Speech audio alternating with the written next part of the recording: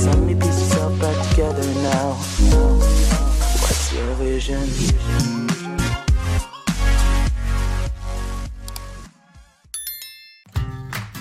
Assalamualaikum warahmatullahi wabarakatuh. Jumpa lagi dengan saya Qobla Harumika di YouTube Qobla Harumika. Baik, pada kesempatan kali ini kita akan belajar tentang unsur-unsur intrinsik pada cerpen atau cerita pendek ya. Kita akan belajar unsur-unsur intrinsik pada cerpen. Apa saja unsur-unsur intrinsik pada cerpen itu? Kita simak penjelasan berikut ini. Baik, sebelum kita membahas apa saja unsur-unsur intrinsik cerpen itu, ada kalanya saya ingatkan lagi kembali ya, yang dimaksud dengan unsur intrinsik cerpen. Intrinsik, in itu dalam ya, in itu dalam. Artinya apa? Unsur yang membangun karya sastra atau cerita pendek dari dalam cerita itu sendiri, dari dalam karangan itu sendiri ya. Jadi kita yang dibahas adalah karangan itu sendiri, dari cerita itu sendiri, tidak di luar. Kalau di luar namanya ekstrinsik. Jadi kita fokus ke unsur yang membangun karya dari dalam atau intrinsik. Baik, apa saja unsur-unsur intrinsik itu? Yang pertama ada tema. Yang kedua ada alur atau plot atau jalannya cerita. Yang ketiga ada tokoh dan penokohan ya, watak dan karakter. Yang keempat ada latar atau setting. Yang kelima ada sudut pandang atau point of view. Dan yang keenam ada amanat atau pesan kebaikan. Sebetulnya ada tambahan mungkin dari redaksi lain atau buku atau sumber yang lain, ada namanya gaya bahasa, tetapi fokus kita hanya 6 ini. Berikut penjelasannya. Baik, yang pertama adalah tema ya. Apa isi tema itu? Tema merupakan ya ide. Nah, ini kata kunci, ide atau gagasan dasar yang melatar belakangi keseluruhan cerita yang ada di cerpen. Jadi yang melatar belakangi semua ya, semua cerita yang ada dalam cerpen itu sendiri. Nah, tema dalam suatu karya letaknya tersembunyi dan harus dicari sendiri oleh pembacanya. Jadi untuk menentukan tema kita harus membaca cerita itu karena maknanya tersirat atau tersembunyi ya. Nah, tema merupakan perpaduan antara pokok persoalan. Nah, ini ada kata kunci ya. Pokok persoalan dan tujuan yang ingin dicapai pengarang lewat cerita itu. Jadi sebetulnya yang kita cari adalah pokok persoalan dan tujuan sehingga kita dapat menemukan apa tema tersebut. Nah, semakin jelas kita lanjutkan ya. Nah, cara mengetahui tema ini sebagian besar yang dialami siswa ya untuk mencari tema ini merasa kesulitan ya.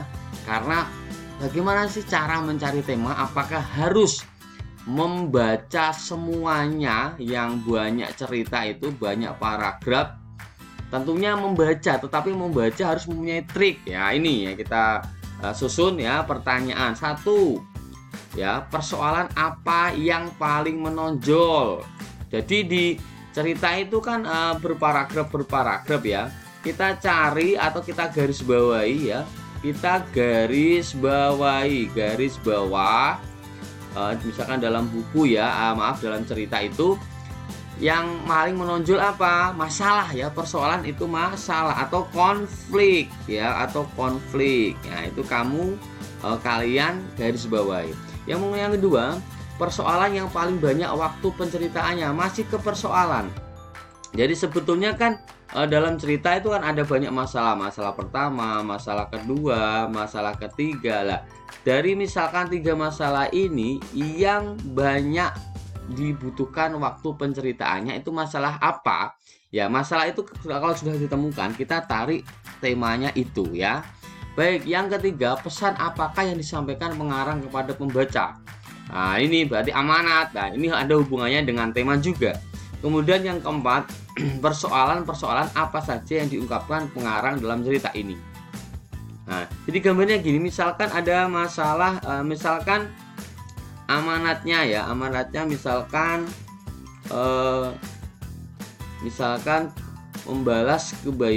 kita harus membalas kebaikan dengan kebaikan. Nah, jadi kebaikan dibalas dengan kebaikan. Kita harus membalas kebaikan dengan kebaikan. Maka temanya bisa juga apa? Kebaikan, ya kan? Nah, jadi seperti ada cerita dongeng ya, misalkan kancil, ada kerbau, ada buaya ya, ada kerbau. Temanya misalkan kebaikan dibalas dengan kejahatan atau pengorbanan seseorang. Maka amanatnya kita harus atau janganlah membalas kebaikan dengan kejahatan. Jadi antara amanat dan tema ini juga ada hubungannya. Nah, persoalan-persoalan yang paling banyak dibahas ini maksudnya adalah kalau kita sudah tahu masalah-masalah itu, nanti itu adalah temanya. Ya, kita tafsirkan temanya seperti itu. Nah, jadi misalkan ada masalah misalkan orang dizolimi, kemudian ada kebaikan si tokoh dibalas dengan kejahatan, kebaikan tokoh dibalas dengan kejahatan. Maka temanya apa? Tentang pengkhianatan. Nah, jadi tema ini bahasanya tidak harus sama dengan persoalan. Jadi persoalan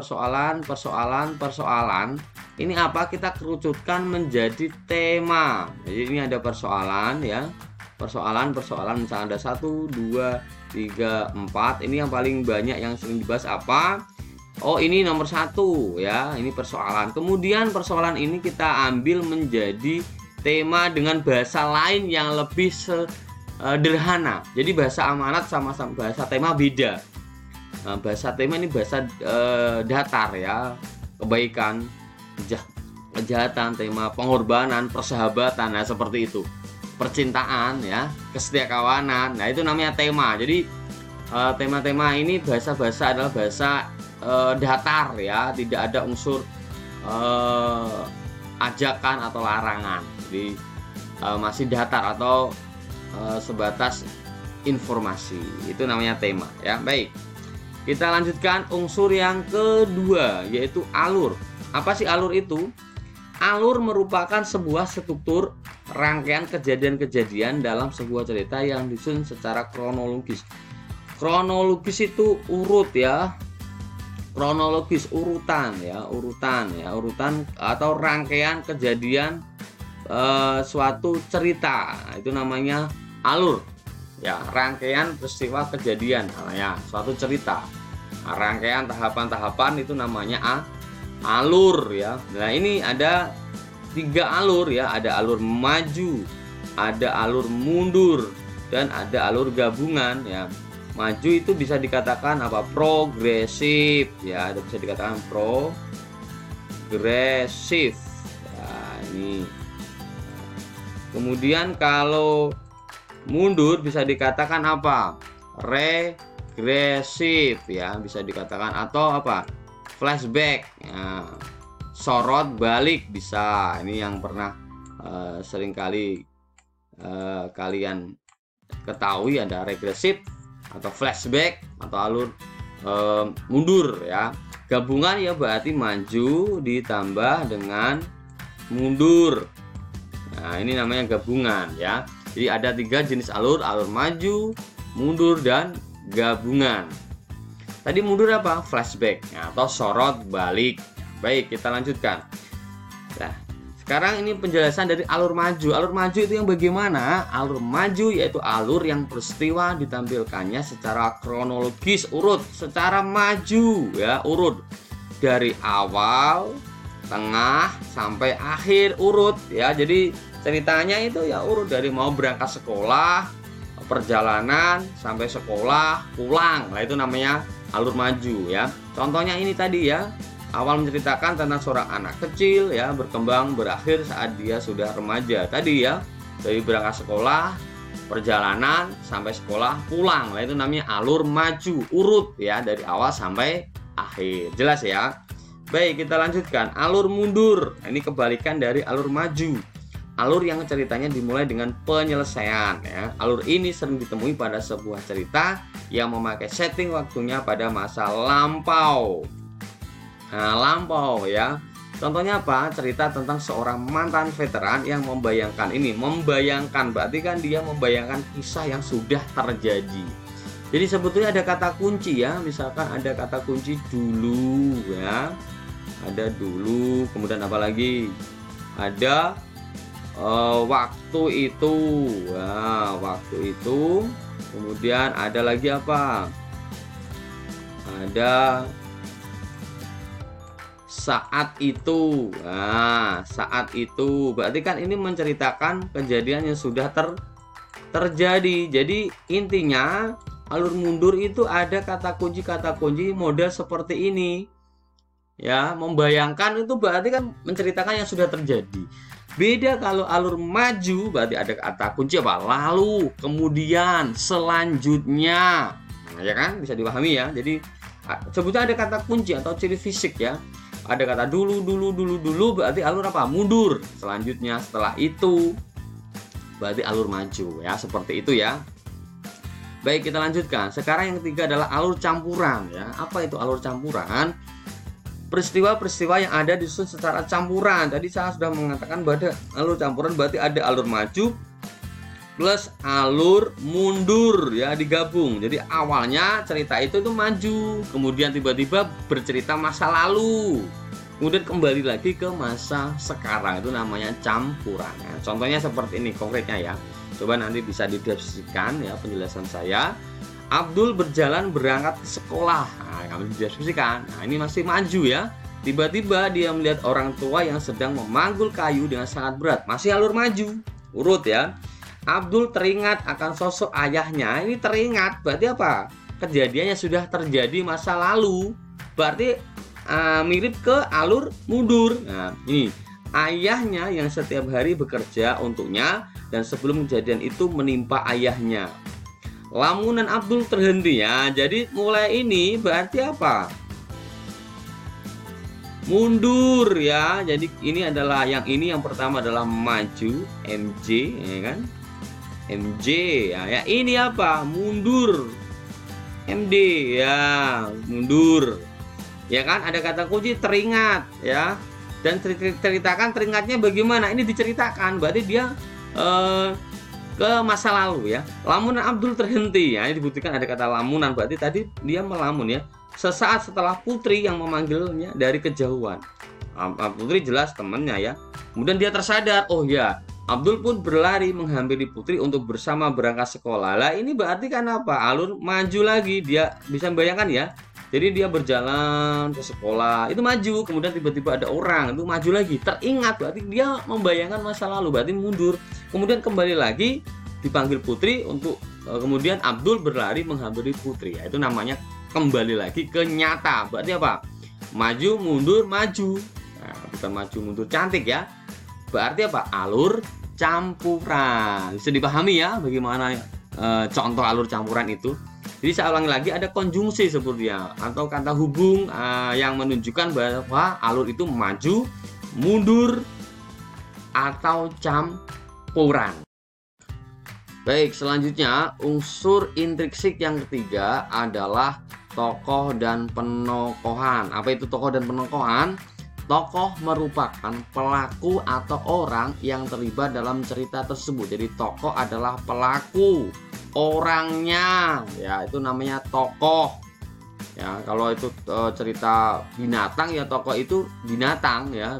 Artinya apa? Yang penting itu pelaku, itu namanya tokoh. Nah, sedangkan penokohan adalah apa?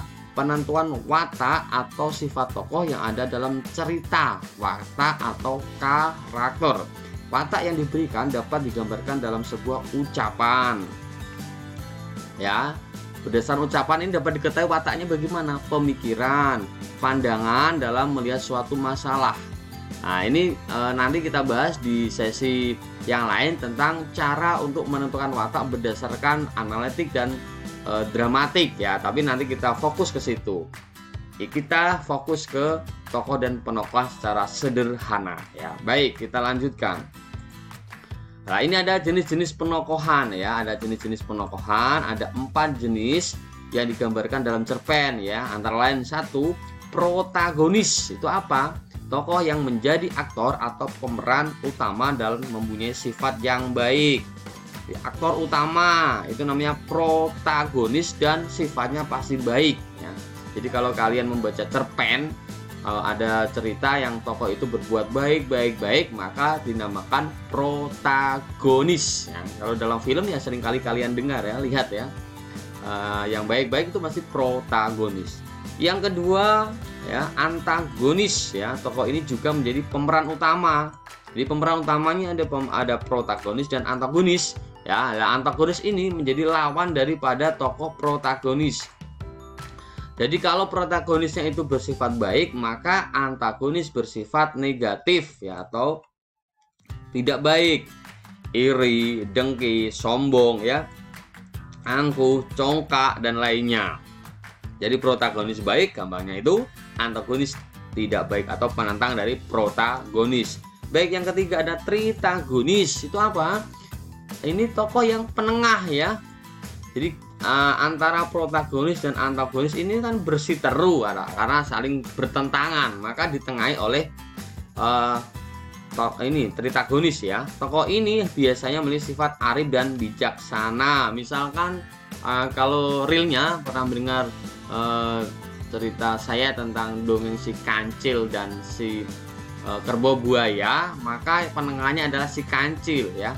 Protagonisnya adalah si kerbau, antagonisnya adalah si buaya. Kenapa antagonis buaya? Karena tidak menepati janji dengan memangsa si kerbau. Nah itu kerbau protagonis, baik hati karena menolong ya. Itu contoh realnya seperti itu ya, tritagonis ya, penengah ya, antara perseteruan protagonis dan antagonis. Baik, yang keempat adalah figuran. Tokoh ini merupakan tokoh pendukung yang memberikan tambahan warna dalam cerita.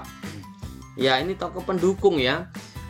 Realnya gini lah, kalau kalian jarang membaca cerita ya. Kalau dalam film itu ada kalanya ada pembantu ya, ada tukang bakso lewat ya kan. Nah, itu namanya figuran. Nah, tapi kalau figuran ini tidak ada, kurang sedap didengarkan atau kurang sedap dilihat atau kurang bagus dalam cerita itu ya, itu figuran. Harus ada figuran.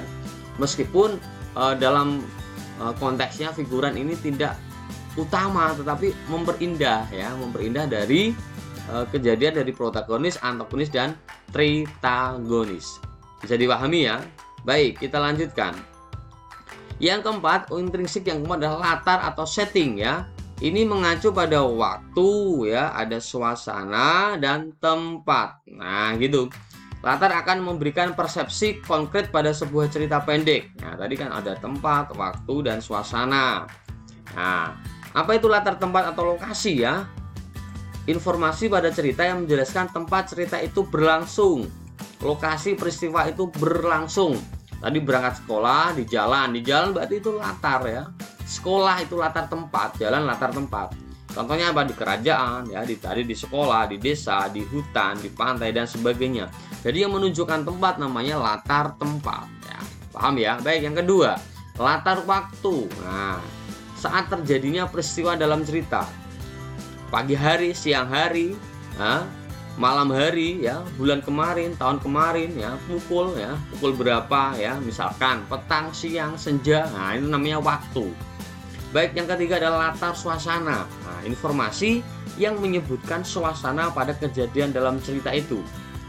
Menegangkan ya, dalam ketakutan, damai, sejahtera ya, kemudian mencekam ya kan, senang, sedih ya, itu namanya latar suasana. Jadi latar ada 3 apa? Waktu,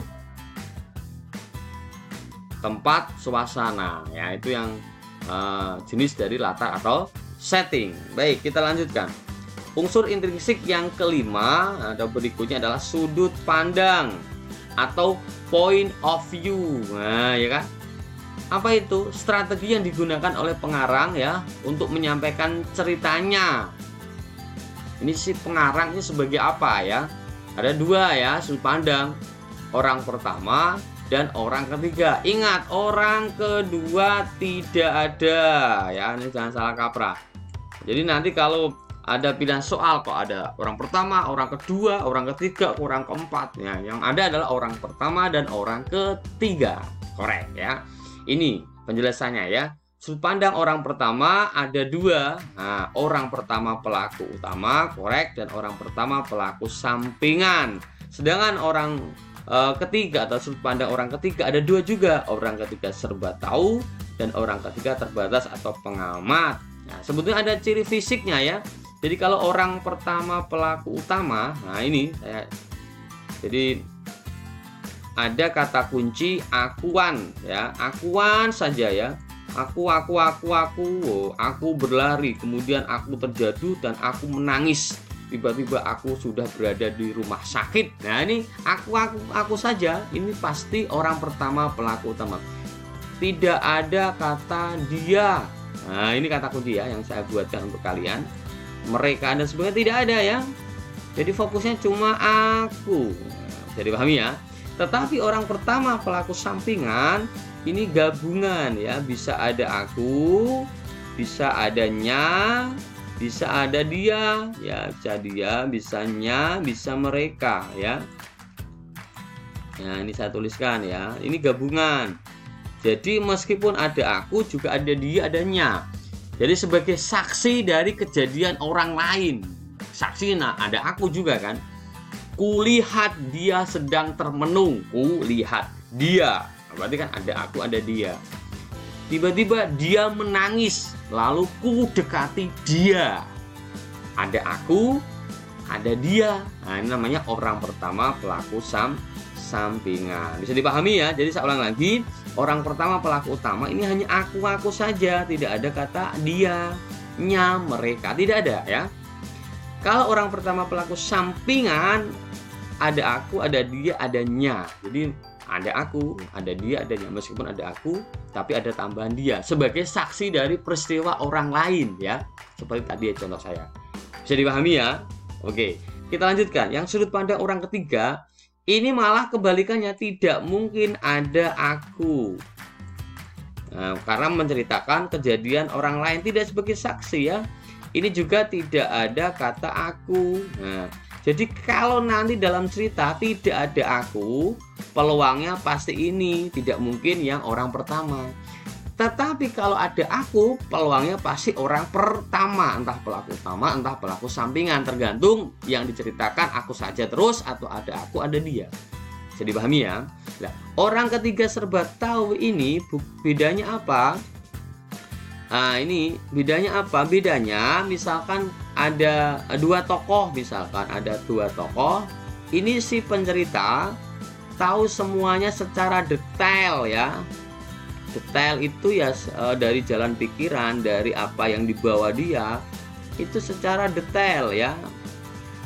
Tetapi kalau yang ini dua tokoh tidak secara detail, jadi hanya terbatas saja ya. Itu bedanya. Nah itu tidak detail. Nah, bisa dipahami ya. Bisa dipahami ya. Jadi orang ketiga serba tahu itu tahu jalan pemikirannya. Si Andri berjalan dengan tergopoh-gopoh dalam kurung ya, keramagungnya ada petunjuk ceritanya, dengan membawa pisau yang tersembunyi di bajunya. Nah, pengarang tahu sampai sedetail itu, namanya orang ketiga serba tahu. Tetapi kalau orang ketiga terbatas, pengamat tidak sejauh itu. Bisa dipahami ya? Oke, korek. Kita lanjutkan unsur intrinsik yang berikutnya. Nah, ini amanat ya, yang terakhir adalah amanat. Baik. Amanat atau moral value adalah pesan moral. Nah, ini kalau bahasa saya itu pesan kebaikan atau PK ya, pesan kebaikan ya. Tidak ada namanya amanat itu pesan kejahatan, itu tidak ada. Yang namanya amanat itu pesan kebaikan. Nah, di dalam suatu cerpen moral biasanya tidak ditulis secara langsung atau intrinsik, melainkan tersirat ya, ini tersirat, dan akan bergantung sesuai pemahaman pembaca akan cerita pendek tersebut. Ini ada hubungannya dengan tema ya. tadi kan tema dengan cara Anda mencari persoalan ya, persoalan. Nah, persoalan ini kalian simpulkan yang sering dibahas apa? Ya pengkhianatan. Maka amanatnya apa? Janganlah kita berkhianat. Jadi amanat itu perintah ya. Kita disuruh ngapain, kita dilarang ngapain, itu amanat. Janganlah, ayo. Janganlah, ayo ya. Ayo. Marilah. Nah, ini bahasa-bahasa amanat ya. Beda dengan bahasa tema. Kalau bahasa tema itu datar ya, tidak ada ajakan. Nah, ini contoh dari bahasa tema. Jangan ya, jangan, ayo, marilah, kita hendaknya. Nah, itu bahasa-bahasa amanat. Jadi intinya bahasa amanat itu kita disuruh ngapain, kita dilarang ngapain, itu amanat yang berhubungan dengan moral ya, kebaikan ya. Jika pilihan ganda dalam soal kok amanat itu bahasanya bahasa datar, jelas itu bukan bahasa amanat, maka nggak usah kita hiraukan. Kita cari bahasa-bahasa yang ajakan, larangan. Itu namanya bahasa amanat. Korek. Sampai di sini paham? Semoga tambah paham. Nah, demikianlah penjelasan dari saya unsur intrinsik dalam cerpen. Semoga bermanfaat dan lebih memahami apa yang saya jelaskan. Terima kasih dan assalamualaikum warahmatullahi wabarakatuh.